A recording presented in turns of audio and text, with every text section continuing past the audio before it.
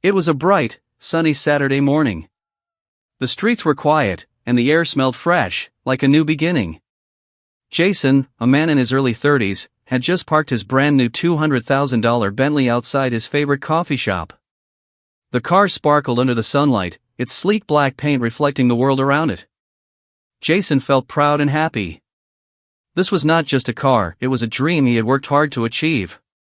He stepped out of the car, locking it carefully, and walked toward the coffee shop. The sound of his polished shoes on the sidewalk echoed in the empty street. Jason didn't notice her at first. She was standing across the road, a woman in her 40s, dressed in a casual outfit but with an attitude that made her stand out.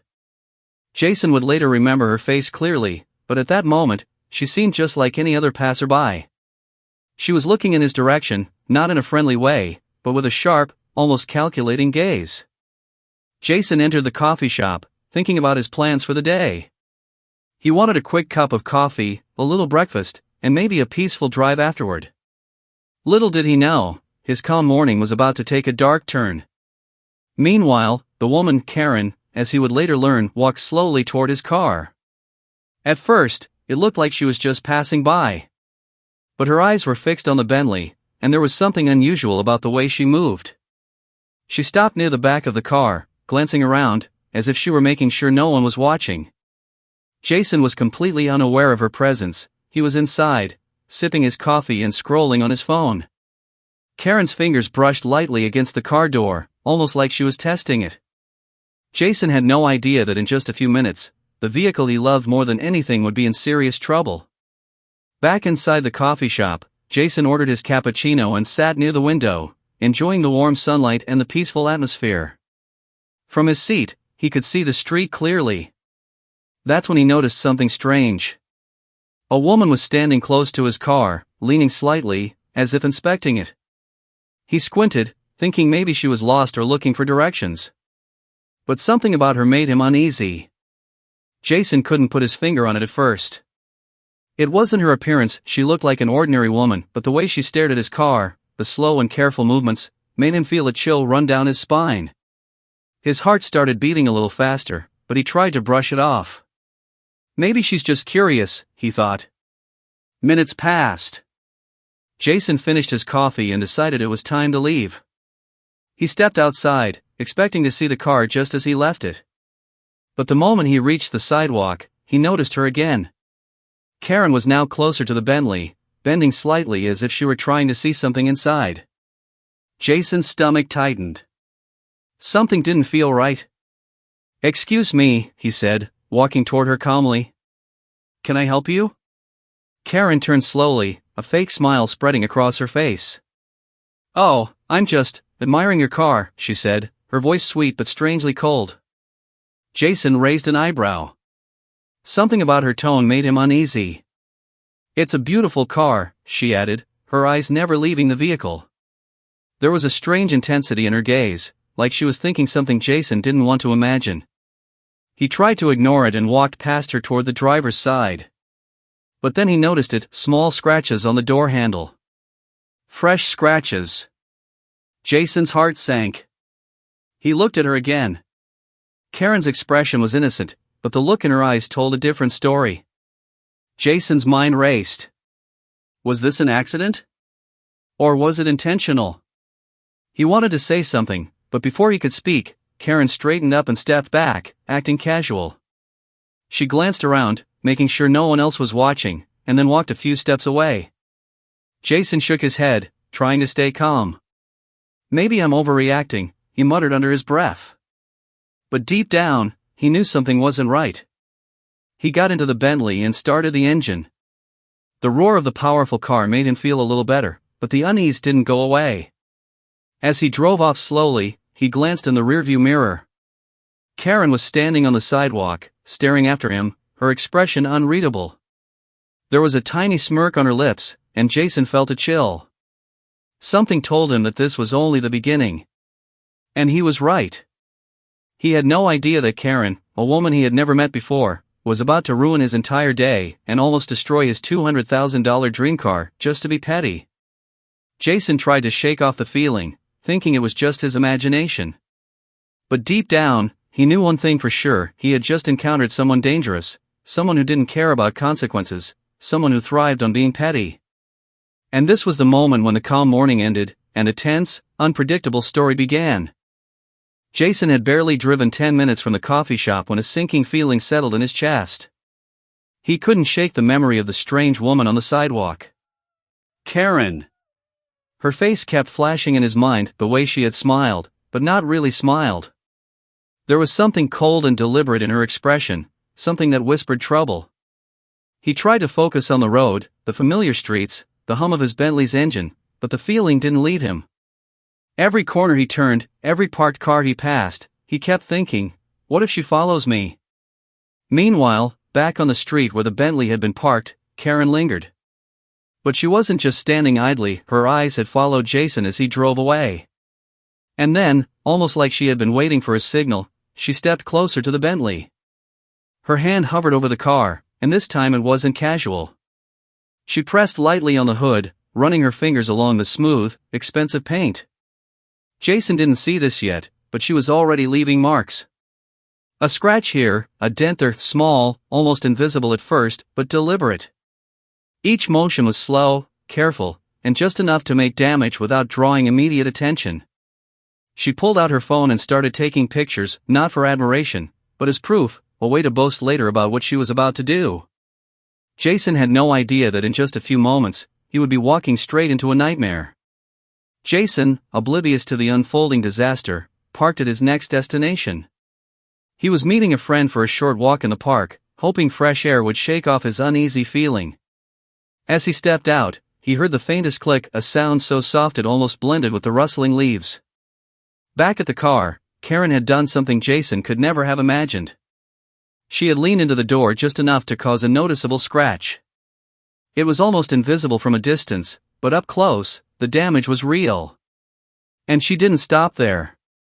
She circled the car slowly, leaving tiny marks that anyone else might have missed, but Jason, when he saw them, would notice immediately. Hours later, when he returned, he would feel his stomach drop. But at that moment, Karen's actions were silent and almost invisible. She stepped back, pretending to tie her shoe, looking like any ordinary passerby. Yet her eyes were fixed on the car, calculating her next move.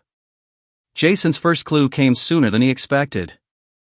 As he walked back to the Bentley, he noticed something odd. There was a faint scratch along the door handle. His chest tightened. His mind raced. Was it there before? Did someone else do this? Karen noticed him approaching. Her smile widened slightly, but it wasn't the friendly kind. It was a smirk, the kind that said, "I got away with it." Jason slowed down, pretending to inspect the scratch carefully. He didn't want to accuse her immediately, but he also didn't want her to leave. "Hi," Jason said cautiously. "Did you touch my car?"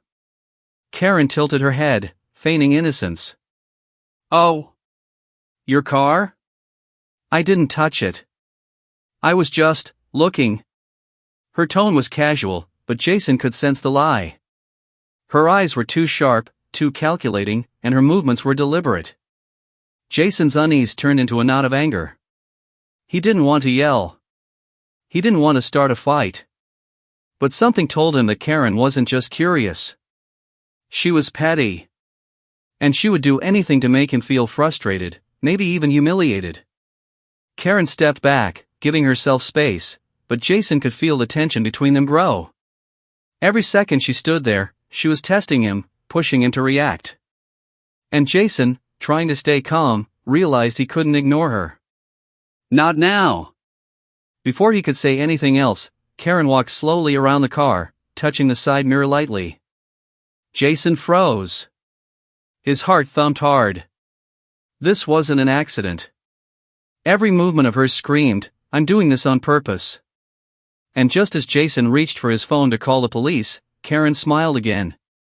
That smile was cold, almost victorious. She didn't run. She didn't panic. She simply walked away, leaving Jason standing there, furious, confused, and shaken. In that moment, Jason understood one thing clearly: Karen wasn't just a problem. She was a storm waiting to hit. And the damage she would do, was only just beginning. Jason had parked his Bentley at home, but the uneasy feeling from earlier didn't leave him. He stepped out of the car and reached for the keys to lock it, pausing for a moment. The morning sun reflected off the sleek black paint, making the car shine as if nothing had happened. Yet something in his gut told him this calm was temporary. He walked around to the driver's side and froze. It wasn't just a small scratch this time. It was worse. Someone had left clear, deep marks along the side door. The metal looked scraped, like it had been clawed deliberately. His hands shook as he traced the lines with his fingers, feeling the cold steel under his touch. The Bentley, his dream, the reward for years of hard work, had been violated. Jason's chest tightened. He took a step back, staring at the damage, trying to process it. He had never imagined someone could be so petty, so careless, yet so deliberate. 1,000 thoughts raced through his mind. Who would do this? Why would someone target me? Then he remembered her, the woman from the street. Karen. Her face, her cold, calculating smile, the way she had lingered near his car. He felt a mix of anger and disbelief. How could someone ruin something so valuable, just because of, what? Her own amusement? Her ego? Jason's hand went to his phone. He wanted to call the police immediately. But even as he did, he noticed something else. The scratches weren't random. They were precise, almost like a signature. She wanted him to see the damage, to feel the frustration, to know it was her. He sat down on the curb, trying to calm himself. His mind replayed the moments from earlier, the faint smirk, the subtle touches, the casual walk around the car. She had done this on purpose. She had planned it, and the thought made Jason's stomach twist with anger. Jason took a deep breath and stood up. He walked around the car again, inspecting it carefully. The side mirror had a small dent. The hood had a faint scratch near the front. Every inch of the car seemed touched, marked by her hands. And as he looked closer, he saw a tiny, almost invisible scratch on the wheel rim. It was small, but it told him everything. She didn't just want to damage the car. She wanted to show off, to prove she could. Anger surged through Jason. He felt a burning need for justice, for accountability. But he also knew he had to stay calm. Losing his temper wouldn't help, he had to be smart. He stepped back and ran his hand through his hair. How could someone be so petty? So careless, yet so daring? The thought made him shiver. And then he remembered the hint of satisfaction in her eyes earlier, the tiny smirk she had worn. It wasn't just damage she wanted. She wanted to see him react, to make him feel powerless. Jason knew he had a choice. He could scream, shout, or rage at the injustice. Or he could take control, act smart, and make sure she couldn't get away with it. His phone buzzed. It was a message from a friend. Hey, how's the car? Jason almost laughed bitterly. You have no idea, he muttered under his breath. The reality hit him. This was bigger than scratches. This was a battle of patience, cunning, and nerve. Jason stood there, staring at the damage, feeling a storm of emotions: anger, disbelief, frustration, and even a hint of fear. He had never dealt with someone like Karen before. Someone who could be so petty, so cold, so deliberate. And in that moment, he realized it wasn't just a car. It was a test. A challenge. And Jason wasn't about to lose. But little did he know, Karen's next move would push the tension even higher. And when that moment came, the real chaos would begin. Jason had taken a deep breath, trying to calm himself. He knew he couldn't let Karen get away with what she had done. The scratches on his Bentley weren't just marks, they were a message, a challenge, a display of pure pettiness. He grabbed his phone, not to call the police just yet, but to prepare. He needed evidence. Photos. Proof. Then, almost like she had sensed his plan, Karen appeared. She had returned, standing on the sidewalk near the driveway, hands on her hips, looking casual as if she had every right to be there. Her hair caught the sunlight, framing her face, and her smirk was more pronounced this time. Jason's heart thumped. He hadn't expected her to come back so quickly. Her timing wasn't accidental, it was deliberate. "Jason," she said, her voice light but firm. "I didn't touch your car. You must be mistaken." Her words were smooth, confident, rehearsed. But her eyes betrayed her. They darted briefly toward the scratches on the side door, and she quickly looked away. Jason knew she was lying. "I don't think I'm mistaken," Jason said calmly, but with a firmness he hadn't felt before. "I watched you near my car earlier today. And now, it's damaged. You can't deny it." Karen laughed softly, the sound low and calculated. "Damage? That's a strong word. Maybe it was already there. Maybe it wasn't me." Jason felt a rush of frustration. How could someone be so bold, so shameless? But he stayed calm. He had learned long ago that anger clouded judgment. He needed control. He stepped closer to the Bentley, pointing at the scratches and dents. "These marks weren't here before. Look at them. Someone did this deliberately. I know it was you." Karen's expression flickered for the first time. Her confident mask cracked ever so slightly. Her eyes widened, just a little, and her lips pressed together. It was subtle, but Jason noticed. "Oh, come on," she said, waving her hand. "You're overreacting. It's just a car." "Just a car?" Jason echoed, disbelief in his voice. "This is a $200,000 Bentley. And you ruined it, just to, what? Make me angry? Make yourself feel powerful?" Karen's smirk returned, sharper now. "Powerful? Me? Please. Don't take this so seriously." Jason's chest tightened. Every word she said made the blood boil, but he forced himself to stay calm. He needed more than anger, he needed proof, witnesses, action. He stepped back and snapped a few pictures with his phone, capturing every scratch, dent, and mark. Karen watched silently, her face slowly freezing as she realized Jason wasn't backing down. He wasn't scared. He wasn't intimidated. "You really think I care about your little pictures?" Karen said, her tone now sharper, almost desperate. "I care about my car. My hard work. And you're not going to get away with being petty," Jason said firmly. Karen blinked. For the first time, uncertainty flashed across her face. Her hands tightened at her sides. The smirk vanished, replaced by a blank, frozen stare. Jason could feel it, her confidence slipping. She had underestimated him. She had expected fear, or frustration, or even begging. But he had none of that. He had control, and now, she realized she had made a mistake. "You think this is over?" Karen finally whispered, almost to herself. "No," Jason said quietly, looking straight at her. "It's just beginning. And I'm not letting it end until justice is done." At that moment, the tension between them was electric. Every movement, every glance, every word was a battle of wills. Karen had thought she could get away with it. She had thought her pettiness would win. But Jason had shown her she wasn't in control anymore. And that was when he decided, next, he would involve the authorities. Not to yell or argue, but to ensure Karen couldn't deny what she had done. And he knew, deep down, that when the cops arrived, her confident mask would shatter completely. The confrontation was over for now, but the battle was far from finished. Karen walked away slowly, her face pale, her mind racing. Jason watched her go, knowing this was only the start of a storm that neither of them could ignore.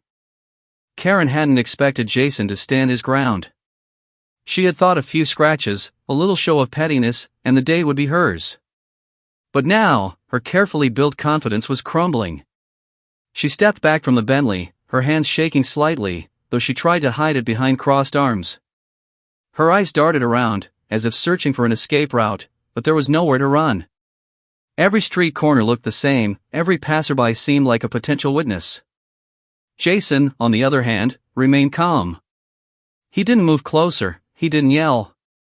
He simply stood by his car, phone in hand, snapping pictures of every scratch and dent. Each click of the camera seemed to weigh heavily on Karen's conscience, though she tried to deny it even to herself.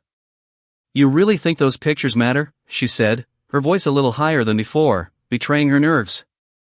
"Yes," Jason replied simply, his tone firm. "They're proof. Proof that you did this.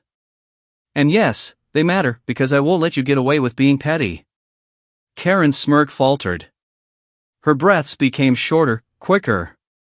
She shifted her weight from one foot to the other, pretending to be casual, but every motion revealed the panic bubbling inside her. She glanced at the street behind her, then back at Jason, calculating whether she could talk her way out, lie convincingly, or bluff him into leaving. Jason didn't flinch. He didn't give her an inch. He had learned long ago that people like her thrived on fear and hesitation. By staying calm, by holding his ground, he had already taken control of the situation. Karen's mind raced. How could one person stay so calm? How could he be so confident?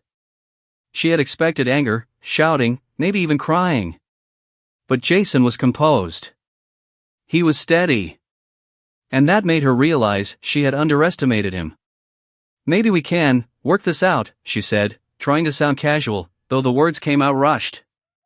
Jason raised an eyebrow. "Work it out? Karen, you damaged my $200,000 car. There's nothing to work out except fixing it and owning up to what you did." Her eyes widened. "Fix it? I don't need to." Jason interrupted, holding up his phone. "I've got pictures, and I can call the police right now. You can choose to admit it, or wait until they arrive. Your choice." Karen froze. That tiny smirk she had worn earlier vanished completely. She took a step back, almost as if the Bentley itself was a barrier she couldn't cross. Her hands tightened into fists, and for a brief moment, she looked like she might run. But she didn't. She couldn't. Jason continued, calmly but firmly. "This isn't about being petty, Karen. This is about accountability. You wanted to ruin my day, my car, my hard work. Now, you're going to face the consequences." Silence stretched between them. The tension was thick, almost tangible, like the air itself had frozen. Karen's face paled, and she could no longer hide the panic rising inside her. Every instinct screamed at her, "You miscalculated. You can't win this." And that's when Jason did something subtle but powerful. He took a step closer, not threatening, but deliberate, and held up his phone, showing her the series of photos. Scratch by scratch, dent by dent, every mark she had left was documented. Karen stared at them, her mind racing, realizing there was no way to deny what she had done. Her hands trembled. She opened her mouth to say something, but no words came. Her face froze completely, her confident mask shattered. For the first time, Karen was silent. Jason had taken away her power. Jason didn't speak. He didn't need to. His calm, steady presence, combined with the undeniable proof in his hands, spoke louder than any words could. The storm of pettiness that Karen had planned had collapsed into nothing, leaving only fear and regret in its place. And Jason knew the next step was clear. He would call the police. Not out of anger, not to punish out of revenge, but to ensure justice was done. Karen had underestimated him at every turn, and now the consequences were about to unfold.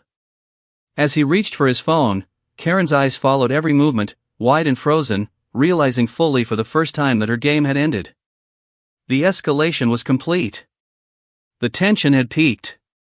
And the final confrontation, the moment when authority would arrive, and Karen would face her actions, was about to begin. The distant wail of sirens cut through the quiet street. Jason felt a surge of relief and tension at the same time. Karen had frozen at the sound, her eyes widening as she turned toward the approaching police car. Jason stood by his Bentley, phone in hand, ready. The scratches, dents, and marks glinted under the sunlight, each one a silent testament to her recklessness. Karen's smirk, which had once been her shield, had disappeared completely. In its place was a mask of fear and disbelief. The police car pulled up slowly, two officers stepping out with calm authority.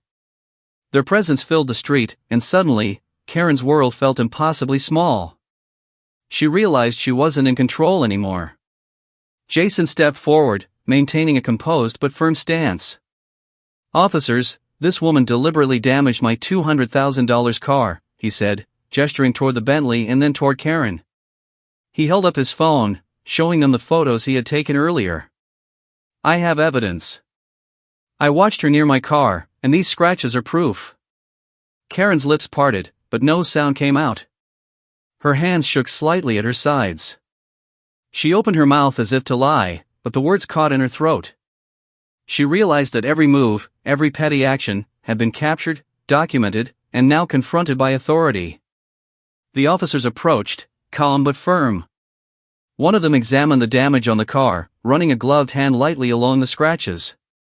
"These are deliberate," he said quietly, looking at Karen. Karen's face turned pale. Her eyes darted between Jason and the officers, panic rising like a wave she couldn't stop. She opened her mouth again, tried to talk her way out, but no words came. She froze completely, her confident mask shattered in an instant. Jason watched silently, feeling a strange mix of satisfaction and relief. The tension that had been building all day was finally releasing. Karen had underestimated him, underestimated the consequences of her pettiness, and now she was paying the price. The officers spoke again, addressing Karen directly. "Ma'am, do you admit to causing this damage?" Her eyes flickered, trying to find an excuse, but the evidence was undeniable. The photos, the witnesses, Jason's account, it was all there. For the first time in the day, she realized there was no escape. I didn't mean," she stammered weakly, her voice trembling. Jason didn't interrupt. He simply stood there, calm, letting the officers handle the situation. He could feel her panic, her realization that her games had ended, and it was satisfying in a quiet, controlled way. The officers took notes, asked her to step back, and began the formalities.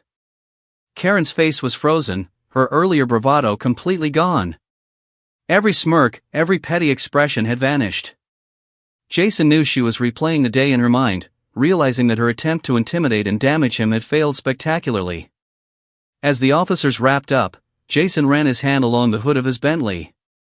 The damage would require repair, yes, but justice had been served. Karen had faced the consequences of her actions. She had frozen when confronted, and now she couldn't deny responsibility. Jason breathed a deep sigh. The storm had passed, but the memory of her cold, calculating smirk would stay with him for a long time. He had learned something that day, not just about patience and vigilance, but about the strange satisfaction of standing firm against someone who thought pettiness could control the world. Karen was taken aside by the officers, still frozen, still trying to comprehend how quickly her plans had collapsed. Jason watched her go, knowing he had kept his composure, documented everything, and finally turned the tables. The climax had arrived. The tension had reached its peak. And in that moment, Jason realized he had not only protected his car but also proved that calm, steady determination could overcome even the most petty and deliberate attacks.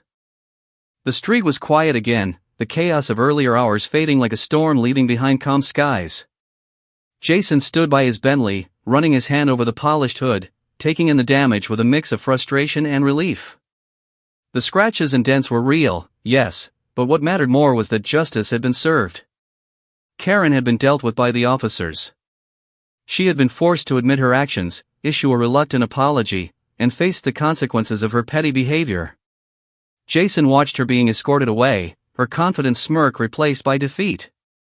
She had tried to control the situation with pettiness and bravado, but Jason had stayed calm, collected, and careful. Her games had failed spectacularly. Jason took a deep breath. He realized that the incident had been more than just about a car. It was about patience, resilience, and knowing how to respond when someone tried to undermine you. He had remained calm under pressure, documented everything meticulously, and faced the confrontation with composure. That combination had turned the tables on Karen. He smiled faintly, shaking his head. "Some people think being petty gives them power," he muttered. "But it's really just a mask for weakness." A passerby, who had watched the confrontation from a distance, approached cautiously. "That was intense," they said. "I've never seen someone stand their ground like that." Jason nodded, glancing at the Bentley. It's not just about standing your ground, he said. It's about knowing your value, protecting what matters to you, and not letting someone else's pettiness ruin your day or your life. He took one last look at the car, noticing every scratch, every mark left by Karen. They were reminders not just of her reckless actions, but of his own calm, determination, and ability to handle a difficult situation. The sun was beginning to set, casting a warm glow over the street and the Bentley. Jason felt a sense of closure. The tension had peaked, the confrontation had been resolved, and he had emerged victorious not just over Karen, but over the chaos she had tried to create. As he got into the Bentley, he couldn't help but laugh softly. "You thought you could ruin my day, Karen," he said under his breath. "But you just proved one thing: you can't win against someone who stays calm and smart." Driving away slowly, Jason reflected on the lesson of the day. Sometimes, people like Karen appear in your life, not to succeed, but to test your patience, courage, and composure. And when you face them wisely, with evidence and calm determination, you don't just survive, you win. The Bentley purred along the street, every turn smooth, every reflection in the paint a reminder that Jason had not only protected his car but also his dignity, his composure, and his peace of mind. Karen's petty actions had failed. Jason had stood firm. And the day, though scarred by scratches, had ended with a clear message: pettiness might be loud, dramatic, and bold, but calm intelligence always prevails. And as the sun dipped below the horizon, Jason knew one thing with certainty: some people try to ruin what you love. But when you stay smart, patient, and composed, you always come out on top.